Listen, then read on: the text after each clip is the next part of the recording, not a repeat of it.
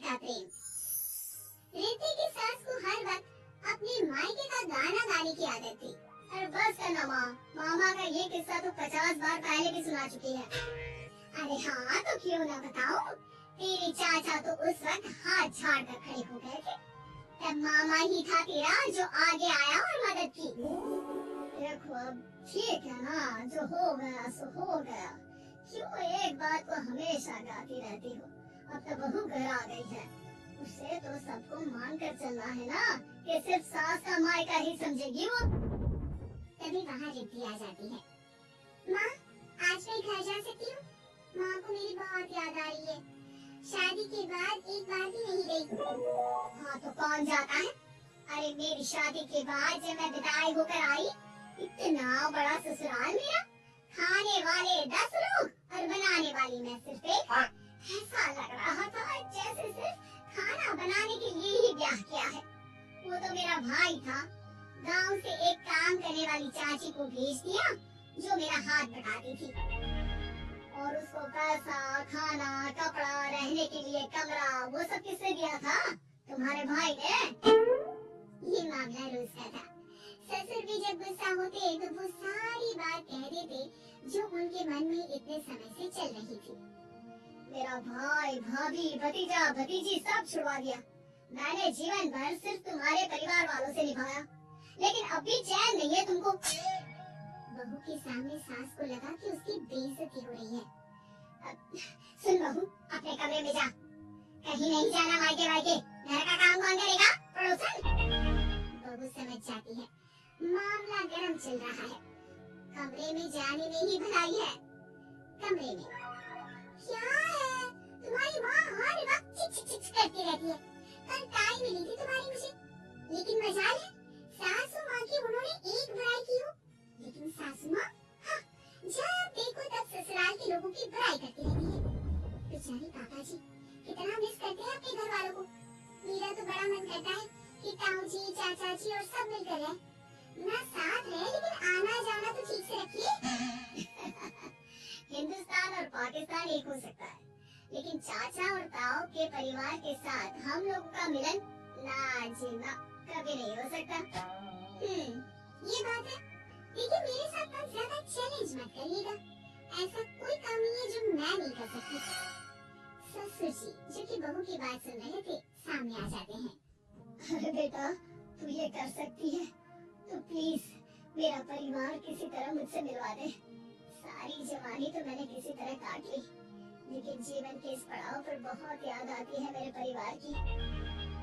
हाँ हाँ पिताजी आप चिंता मत करिए, बस मेरा साथ देते रहिए आप दोनों, फिर देखिए कैसे माँ जी भी ठीक हो जाएंगी और पूरा परिवार भी एक हो जाएगा।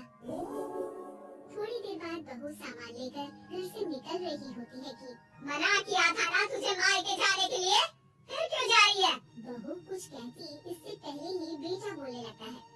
क्या है माँ, वो घर जा रही है। वैसे भी उसके माता पिता ने मुझे 10 लाख दिए तब जाकर मेरा काम शुरू हो पाया, वरना तूने मेरे लिए किया क्या है? अरे वाह बेटा, बचपन से पढ़ाया लिखाया, तेरे दुख दर्द में जगी और आज वो लोग तुझे सही लग रहे हैं। और फिर ससुराल में लड़की खुश रहे ये तो मायके वालों की जीवन भर की जिम्मेदारी रहती है। तो ये तुमको भी तो सोचना था ना। ताऊ जी ने पापा को पढ़ाया लिखाया, जब तुम नहीं आई थी तो पापा के लिए ताई जी ने पापा की माँ की तरह देखभाल की। अब बोले अरे तू कुछ नहीं जानता बेटा, तेरे पापा को सब पता है, तभी वो उन लोगों से वास्ता नहीं रखते। मैं उन लोगों को जानता हूँ, लेकिन मैं तुम्हें नहीं जानता कि तुम्हारे मन के लायक काम नहीं हुआ तो तुम घर की शांति बर्बाद कर दोगी। सास जोर जोर से चिल्लाने लगती है। तभी वहाँ सास का भाई आ जाता है। अरे क्यों आप लोग मेरी बहन को परेशान करते रहते हैं? पहले ये जीजा कम थे, जब बहू भी आ गई। बहन मैंने तो 30 साल पहले ही बोला था, अपना हिस्सा ले और छोड़ इन लोगों को, चल अपने साथ। बहू समझ जाती है कि मामा ससुर की नजर किस पर है। देखा, तुम लोग मुझे अकेला मत समझना, मेरा भाई खड़ा है आज भी मेरे लिए। बहू मायके जाती है और आते वक्त साथ में नौकरानी ले आती है। अरे बहू कुछ खाने को दे दे। अरे आंटी क्यों भाभी को परेशान करती रहती हो। उनके भाई ने मुझे जिम्मेदारी दी है, किसी भी चीज की परेशानी नहीं होनी चाहिए भाभी को, जो चाहिए मुझे बोलने का। हाय हाय, बहू के मायके वालों का इतना दखल। ये मेरा घर है, कोई लड़का आए इसे पूरा कैप्चर कर ले, ये बर्दाश्त नहीं होगा मुझसे।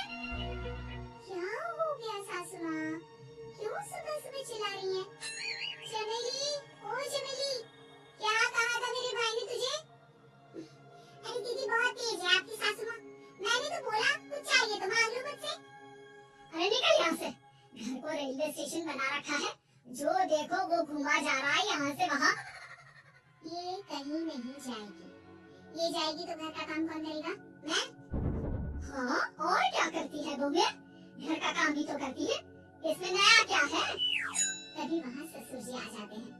हाँ, तो यही बात तो तुम्हें भी समझनी चाहिए थी ना। आज बहू के मायके से नौकर आ गया तो तुम्हें बुरा लग रहा है?